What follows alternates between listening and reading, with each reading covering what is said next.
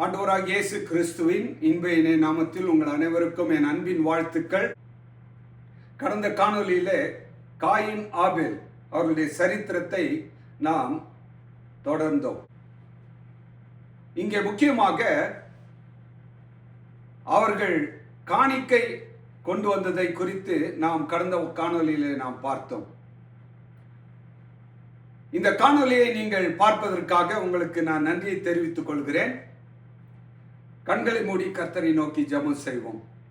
நேசிக்கிற ஆண்டவரே, இந்த நல்ல வேலைக்காக ஸ்தோத்திரம். உம்முடைய பரிசுத்த வேதாகமத்தின் மகத்துவங்களை நாங்கள் பார்க்கும்படிக்கு எங்கள் கண்களை திறந்தள்ளும். உம்முடைய சத்திய ஆவியாகிய ஆண்டவர் எங்களை சகல சத்தியத்திற்குள்ளும் எங்களை நடத்தட்டும். ஆண்டவரே, பாவியாகிய என் மீது கிருபையாக இருந்து இந்த சத்திய வசனங்கள் அநேக மக்களுக்கு கடந்து போகத்தக்கதாக கிருபை செய்துள்ளோம். கேட்கிற மக்கள் ஒவ்வொருவரையும் கூட நீர் ஆசீர்வதித்து இந்த சத்தியங்களை உணர்ந்து வாழ்ந்து பரலோக ராஜ்யத்திற்கு வரத்தக்கதாக நீர் கிருபை செய்துள்ளோம். இயேசுவின் மூலம் ஜெபிக்கிறேன் கர்த்தாவே, ஆமென். ஆதியாகமம் புஸ்தகம் 4ஆம் அதிகாரம் 5வது வசனம். காயினையும் அவன் காணிக்கையும் அவர் அங்கீகரிக்கவில்லை. அப்பொழுது காயினுக்கு மிகவும் எரிச்சல் உண்டாகி அவன் முகநாடி வேறுபட்டது. கடந்த காணொலியிலே நாம் பார்த்தது என்னவென்றால், ஆதாமுக்கும் ஏவாளுக்கும் 2 குமாரர்கள். பூலோகத்திலே முதலாக ஆண்டவரால் கொடுக்கப்பட்ட பிள்ளைகள். காயின் நிலத்தை பயிரிடுவனானான், ஆபேல் ஆடு மாடுகளை மேய்க்கிறவனானான். அங்கே ஆதாம் ஏவாள் பிள்ளைகளுக்கு கற்றுக் கொடுத்த ஒரு பாடம், ரத்தம் சிந்த வேண்டும். காரணம் என்ன? ரட்சிப்பின் திட்டத்திலே ரத்தம் சிந்தல் இல்லாமல் பாவ மன்னிப்பு கிடையாது. மேசியா என்பவர் ஒருவர் என்ன செய்வார்? இந்த பூலோகத்திற்கு வந்து மரிப்பார் என்பதை காட்டுவதற்காகத்தான் இந்த காரியமானது அவர்களுக்கு கற்றுக் கொடுக்கப்பட்டது. ஆனால் வேதாகமத்திலே வாசிக்கும் பொழுது காயின் என்ன செய்யவில்லை? அதை ஏற்றுக்கொள்ள தயாராக இல்லை. தான் என்ன நினைக்கிறோமோ அதன்படித்தான் நடக்க வேண்டும் என்று அவன் யோசித்துக் கொண்டான். ஒருவேளை அவன் கடவுள் மீது கூட என்ன செய்திருக்கலாம்? கோபம் கொண்டிருந்திருக்கலாம். எதற்காக கடவுள் என்னுடைய பெற்றோர்களை தோட்டத்திலிருந்து வெளியே துரத்த வேண்டும்? அவருடைய விருப்பத்திற்கு நான் ஏன் கீழ்ப்படிய வேண்டும்? எப்படி ஏவாள் சாத்தானுடைய வார்த்தைக்கு கீழ்ப்படிந்தாலோ அதே போல இந்த காயினும் சாத்தானுடைய வார்த்தைக்கு கீழ்ப்படுகிறதை நாம் பார்க்கிறோம். ஆண்டவர் ஒரு காரியத்தை சொல்லுவார் என்றால் அந்த காரியத்தை நாம் செய்ய வேண்டும். அப்படி செய்யும் பொழுது தான் அவருடைய ஆசீர்வாதத்தை பார்க்க முடியும். அப்படி நாம் செய்யாத பட்சத்தில் அந்த ஆசீர்வாதத்தை நாம் பார்க்க முடியாது. கடவுள் நம்மை இந்த பூலோகத்தில் ஒரு இயந்திரமாக என்ன செய்யவில்லை, படைக்கவில்லை.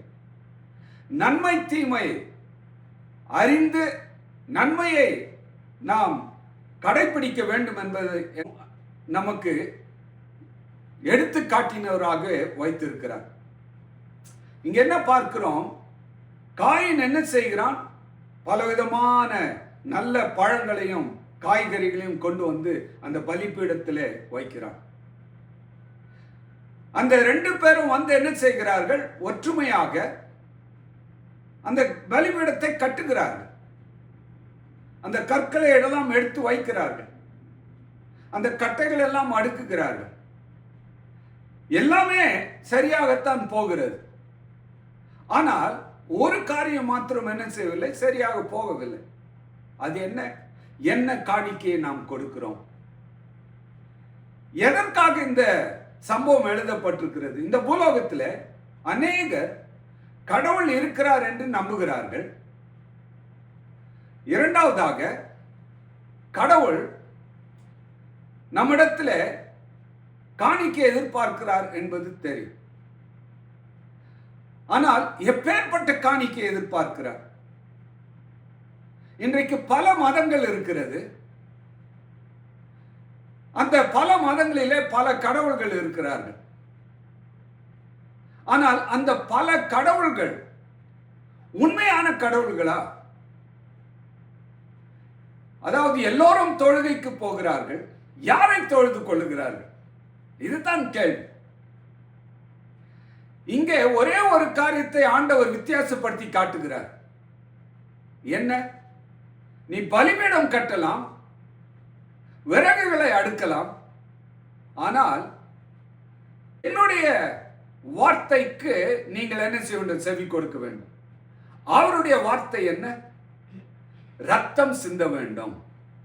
ரத்தம் சிந்துதல் இல்லாமல் பாவ மன்னிப்பு கிடையாது. எதற்காக? இந்த பூலோகத்திலே இந்த பாவத்தை ஆண்டவர் என்ன செய்ய வேண்டும்? முற்றிலுமாக அகற்ற வேண்டும். ஒரே நோக்கத்தோடு இந்த காரியங்களை கற்றுக் கொடுக்கிறார். இன்றைக்கு அநேகர் காயினை போல கடவுளுக்கு நன்றியுள்ளவர்களாக இருக்க வேண்டும் என்று தான் விரும்புகிறார்களே தவிர, கர்த்தர் கடவுளுக்கு எப்படி நன்றி உள்ளவர்களாக இருக்க வேண்டும் என்பதை யோசித்து பார்ப்பது கிடையாது. அகங்காரங்கள் இன்றைக்கு அதிகம். நான் கொடுப்பதை கடவுள் என்ன செய்ய வேண்டும்? அங்கீகரிக்க வேண்டும் என்று விரும்புகிறார். இந்த நான் என்ற எண்ணம் யாருக்கு இருக்கிறது? பிசாசுக்கு இருக்கிறது. அவன் கடவுளை என்ன செய்யவில்லை? கடவுளாக ஏற்றுக்கொள்ளவில்லை.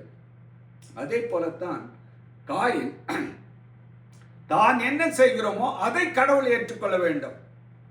இன்றைக்கு அப்படித்தான் அநேக மார்க்கங்களும் அநேக போதகங்களும் இருக்கிறது.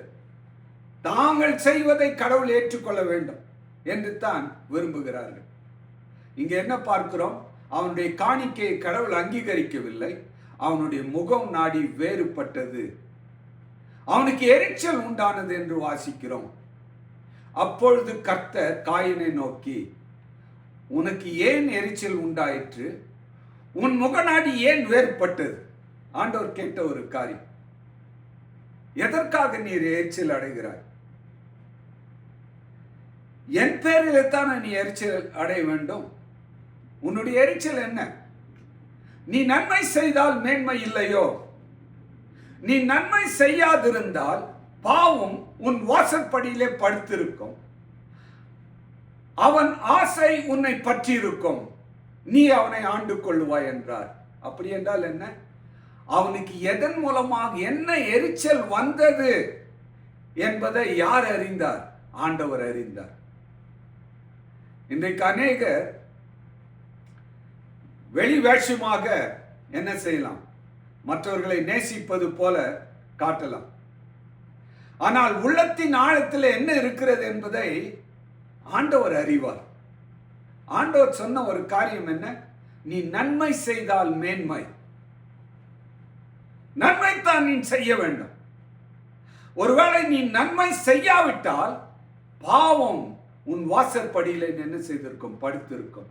நீ வரும்பொழுதும் பாவியாக இருப்பாய், போகும்பொழுதும் பாவியாக இருப்பாய்.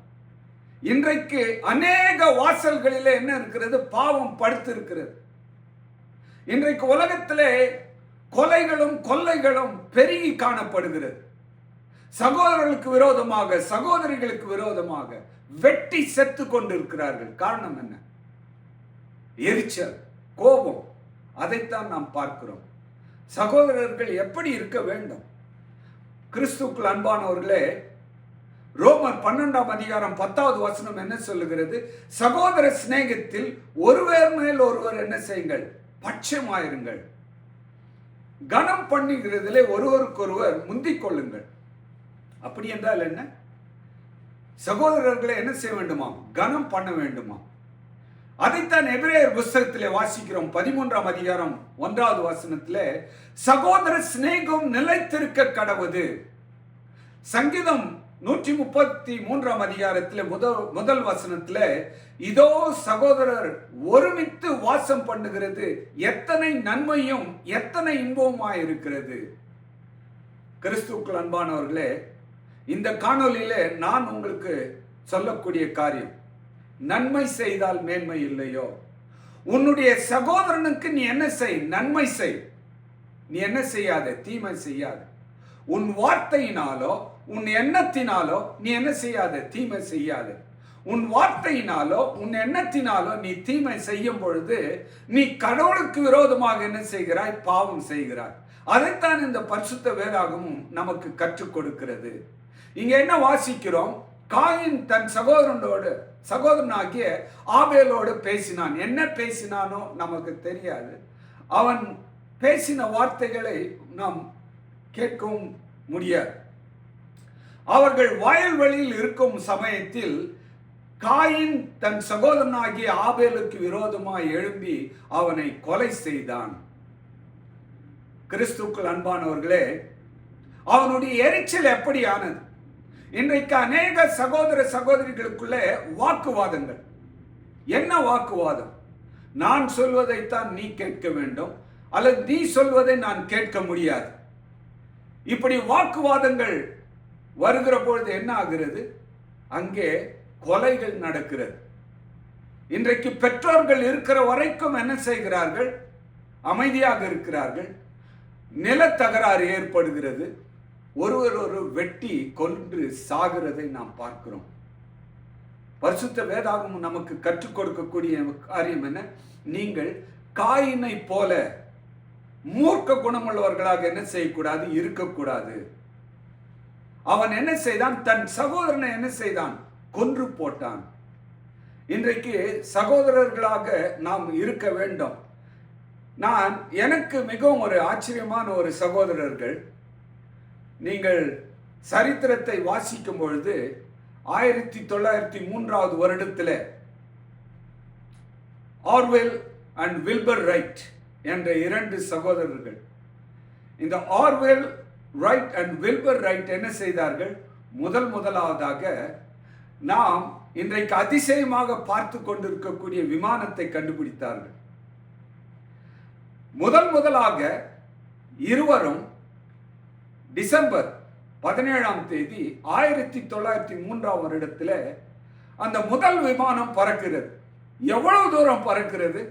120 அடி, அதாவது 36.5 மீட்டர் தூரம் பறக்கிறது. எவ்வளவு நேரம் பறக்கிறது? ஒரு 12 செகண்ட் தான். ஆனால் இன்றைக்கு மனிதன் சந்திரனுக்கு போகக்கூடிய அளவில் இந்த சகோதரருடைய அஸ்திபாரம் காணப்பட்டது. மனிதன் சந்திரனுக்கு போய் திரும்பி வந்து விட்டான். இன்றைக்கு மார்ஸை நோக்கி மனிதன் போய் கொண்டிருக்கிறான். அதற்கெல்லாவற்றிற்கும் வித்திட்டவர்கள் இந்த சகோதரர்கள். கிறிஸ்துவுக்குள் அன்பானவர்களே, சகோதரத்துவம் என்ன செய்ய வேண்டும்? நம்மிலே ஓங்க வேண்டும். அதைத்தான் பரிசுத்த வேதாகம் கற்றுக் கொடுக்கிறது. அப்படி சகோதரத்துவம் நம்மிலே ஓங்க வேண்டும் என்றால் நாம் என்ன செய்ய வேண்டும்? இயேசு கிறிஸ்துவை சொந்த இரட்சகராக ஏற்றுக்கொண்டு அவருடைய திட்டத்தின் அன்பில் நாம் வாழும் பொழுது, நன்மை செய்யும் பொழுது இந்த பூலோகத்தில் நாம் மேன்மையாக வாழலாம் என்பதை இந்த காணொலியின் மூலமாக நான் உங்களுக்கு சொல்லிக் கொள்ளுகிறேன்.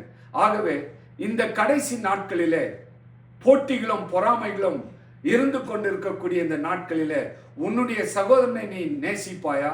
உன்னுடைய சகோதரியை நீ நேசிப்பாயா?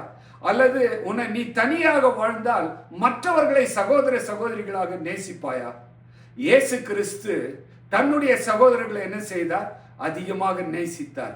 அநேக நேரத்தில் அவர்கள் வெறுத்தாலும் கூட அவர் அவர்களை என்ன செய்யவில்லை? வெறுக்கவில்லை. இன்றைக்கு நீங்களும் அப்படி வாழ வேண்டும் என்று ஆசைப்படுகிறார். நன்மை செய்யாவிட்டால் பாவத்திலே வாழ்வீர்கள்.